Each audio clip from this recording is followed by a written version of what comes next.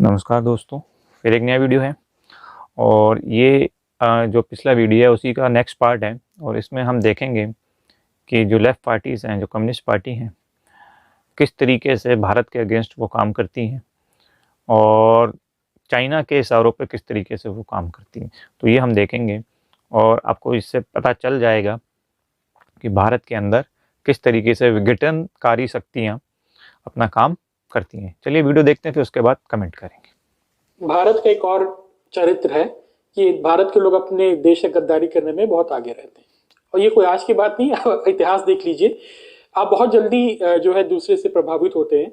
और हमने देखा है कि जब आज़ादी भारत की हुई थी तो जो हमारे लेफ्ट वाले थे, जो कम्युनिस्ट पार्टीज थी, उन्होंने कहा था ये आज़ादी झूठी है और उन्होंने आर्म स्ट्रगल शुरू किया। बिल्कुल सही बात। जितने भी आपके आज लाल सलाम, सीपीआई सीपीआईएम वाले जितने भी नक्सलाइट्स, इनका जो पूरा ग्रुप है, इन्होंने भारत को कभी आजाद माना नहीं। अब अर्बन तो नक्सल के नाम से जाने जाते हैं। समझने की आवश्यकता है क्योंकि ये आजादी के स्लोगन्स भी बहुत आते हैं इस तरह के प्रोटेस्ट में।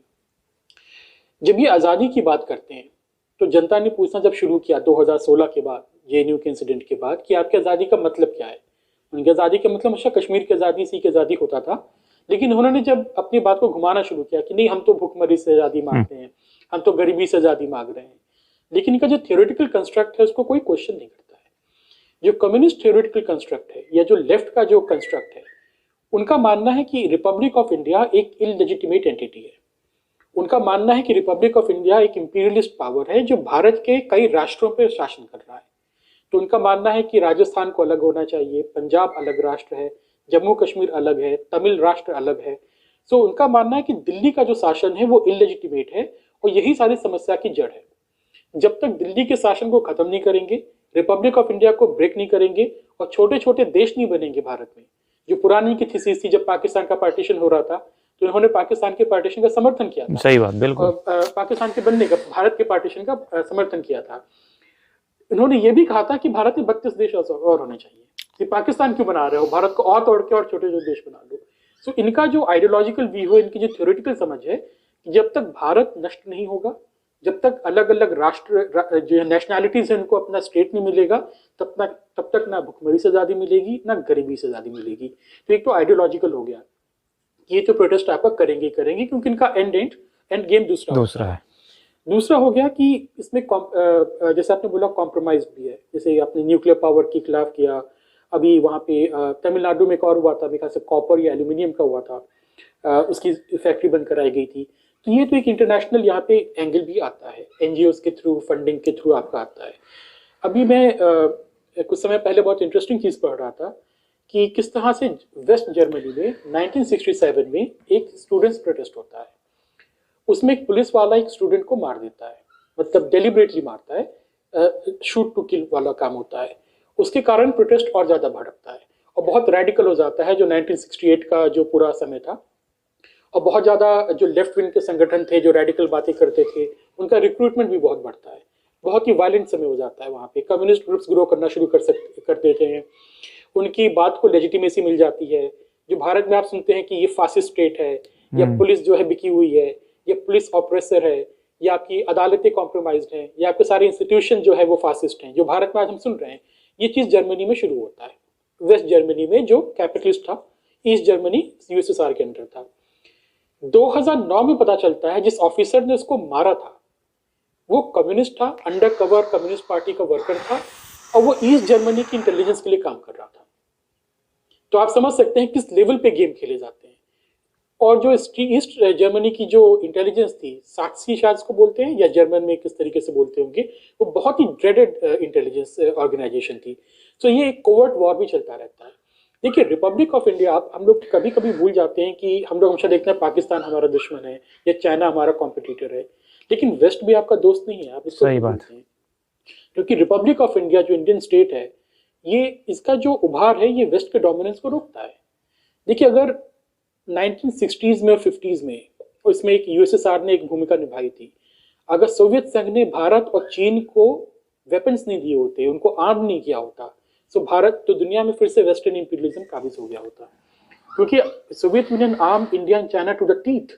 It was impossible for the western countries to reassert their control over the Asia. तो ये भी एक गेम होता है। No one wants India to be a strong state. आप खालिस्तान को देख लीजिए, अभी हम देख रहे हैं कि मोदी के खिलाफ बातें हो रही हैं। इंदिरा गांधी के समय भी यही होता था। इनफैक्ट भारत में जब भी मजबूत प्रधानमंत्री होता है, जब भी स्ट्रांग गवर्नमेंट आती है, आप देखेंगे खालिस्तान रिवाइव हो जाता है। सारे यूरोप की कैपिटल्स में, कनाडा में, अमेरिका में अचानक से होने लगता है। भारत में कैंपेनिंग होने लगती है, और जैसे ही वो सरकार जाती है वो बंद हो जाता है।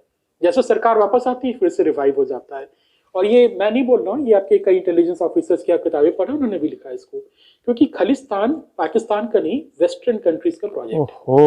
It's a bargaining chip, India को हमेशा इंडियन सब कॉन्टिनेंट में ही फंसाए रखने के लिए। सो ये एक वो भी आता है कि आपकी फंडिंग भी आती है, और कई लेवल पे गेम्स होते हैं। तीसरा ये आता है कि आपने बोला एक इंडस्ट्री है जिसकी जिंदगी ही इस पे चलती है।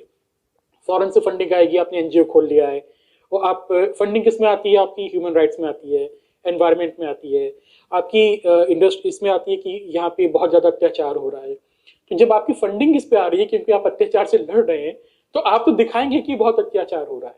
आप तो हर चीज़ पे जाके प्रोटेस्ट करेंगे ही। जैसे कि अभी आपका उत्तराखंड में सड़कें बन रही हैं, उसका कुछ संगठन विरोध कर रहे हैं, और वो कहते हैं नहीं हम तो हिंदूवादी संगठन है, या हम तो जो है एनवायरमेंटल है, हम लेफ्ट वाले नहीं है लेकिन हम एनवायरमेंटलिस्ट हैं। लेकिन उनकी फंडिंग उन ग्रुप्स की आप देखेंगे तो वो काठमांडू से बहुत आ रही है। ओहो, सही बात है। नेपाल के पास इतना पैसा कहाँ है कि वो फंड कर रहा है भारत में कि तुम चाइना के बॉर्डर पे उत्तराखंड पे सड़क मत बनने दो। तो आप समझ सकते हैं इसका भी अलग गेम है।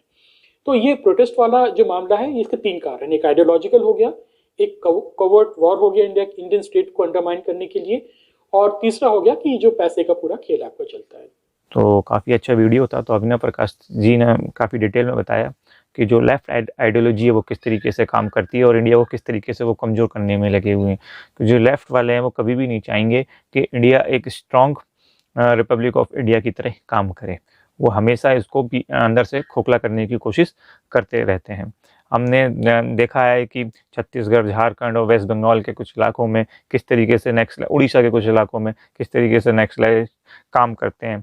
और आए दिन कोई ना कोई, हम ये कह सकते हैं कि हमारे जवानों के ऊपर अटैक होता रहता है। और एक तो नया वर्ड शुरू हो गया है, कुछ जो लेफ्ट आइडियोलॉजी के लोग हैं वो शहरों में बस गए हैं और वहाँ से इन्फ्लुएंस कर रहे हैं, जैसे हम अर्बन नक्सल के नाम से जानते हैं, एक वर्ड आया है और ये देखने को मिला है। और काफ़ी लोग जो हैं अर्बन नक्सल को भी सपोर्ट करते हैं, और मतलब कि शहर में रह के, या आप कह सकते हैं दूसरे इंस्टीट्यूशन में रहकर इंडिया के खिलाफ काम करते रहते हैं। ये हमने JNU के प्रकरण में हमने देखा था। तो कम्युनिस्ट की बात निकली है तो मैं एक इंसिडेंट मेरे दिमाग में आता है, इंडिया चाइना वॉर की बात है वो। तो जब इंडिया चाइना वॉर की बात थी तो जो इंडिया के जो कम्युनिस्ट थे उन्होंने इंडियन आर्मी को सपोर्ट करने से मना कर दिया था। वो इंडियन आर्मी को सपोर्ट नहीं कर रहे थे, चाइना को सपोर्ट कर रहे थे। तो ये इस तरीके के ये लोग हैं, और ये किसी भी तरीके से नहीं चाहते हैं कि इंडिया जो है एक बहुत ही, आप कह सकें मतलब कि एक यूनाइटेड इंडिया की तरह काम करे। तो ये कहीं ना कहीं ये काम करते हैं। नक्सलाइट्स का हम जो देख रहे हैं लाल सलाम के नाम से, जो आपका झारखंड छत्तीसगढ़ में जो दिखाई देता है, उनको जो आर्म और वेपन्स है वो सब पीछे से फंडिंग हो रही है। तो आपको ये वीडियो कैसा लगा हमें बताइएगा, और अभी तक के लिए इतना ही। नमस्कार दोस्तों, फिर मिलेंगे।